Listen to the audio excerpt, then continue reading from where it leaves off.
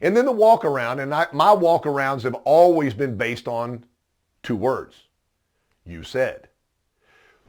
When we initially talked about the Corolla, you said safety was most important. You said.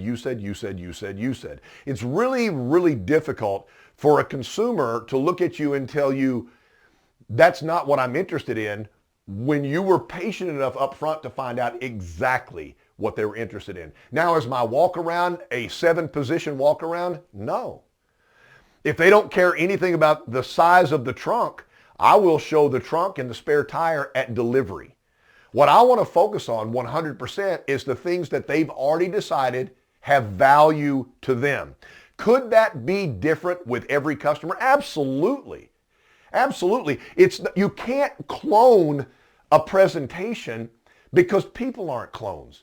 You can't say the same thing to everybody because people have different realities. And so once you've listened and you've allowed them to talk, maybe you don't have to talk. I've had situations where I've listened to the customer and I've let them counsel me. Casey, I've been buying cars a long time. I love that customer that knows what they're doing. At the end of the presentation, they go, you know what? You're the best salesperson I ever met. And you're thinking to yourself, I didn't offer anything. All I did was listen and confirm. Is it possible to sell a commodity to somebody by listening and confirming? Is it almost impossible for a salesperson not to add what they think's important? Why would you add what you think's important if it's not important to them? It's their money. It's their product. It's their future, not yours. Just 2 eyes, 2 ears, 1 mouth. Said it twice, right? The demonstration drive, and there's all kinds of ways that the feel of the wheel makes the deal. Hey, demonstration drive, all right-hand turns because that makes it safer. Like the customer doesn't know how to drive a car. And I always thought those were funny, but I guess when somebody invented the road to the sale, they had to say something. To me, the demonstration drive gives me the ability to get the customer away from the chaos. Why do I want to demo every customer? It's a brand new car. Is it going to drive phenomenal? Yeah, and so will other brands because they're brand new. And so I don't know what I gain by just driving the car with a customer, so I look at it a totally different way.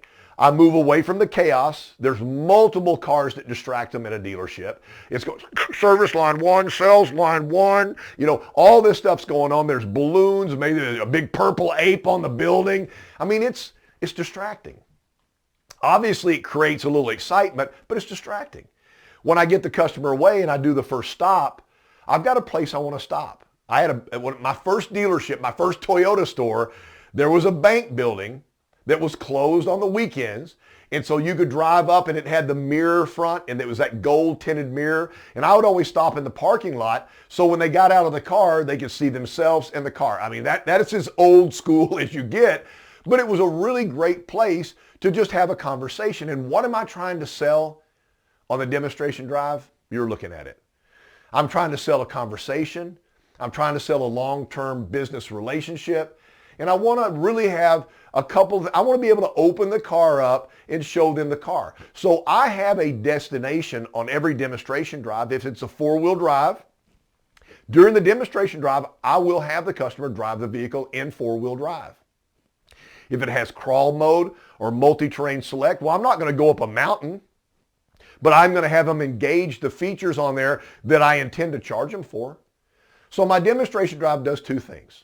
It allows me to go further into the technology of the vehicle they're purchasing, and more importantly, be able to have a break away from the chaos to be able to have a real conversation about why do business with me. Following up, ask for the sale. I mean, the old school is, if all terms and conditions are agreeable, would you take delivery today? I don't know. Let's break that down because that was taught to me way long time ago. Remember this, Casey, it's a great close. If all terms and conditions are agreeable, all, A-L-L, biggest word in the history of the world, all. If all terms, if everything was okay for them and everything was okay for me, and all the conditions that they brought with them were all taken care of, would they take delivery today? Yes. So the reason why they don't say yes is because all terms and conditions weren't agreeable. They may be agreeable in the future. We may have to have a conversation about it, but that was kind of a stupid statement. All terms and conditions are agreeable. We take delivery today. I used to say stuff like this. If you get this vehicle and you go surprise your child with it, who are you going to show it to first?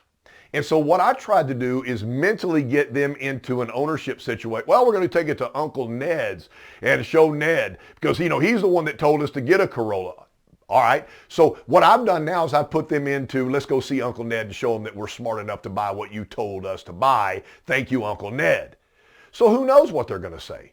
But the nice thing about it is if I'm a good listener, then I can listen, I can repeat, and I can utilize that. So you've got a couple of people that have told you the Corolla is the only way to go.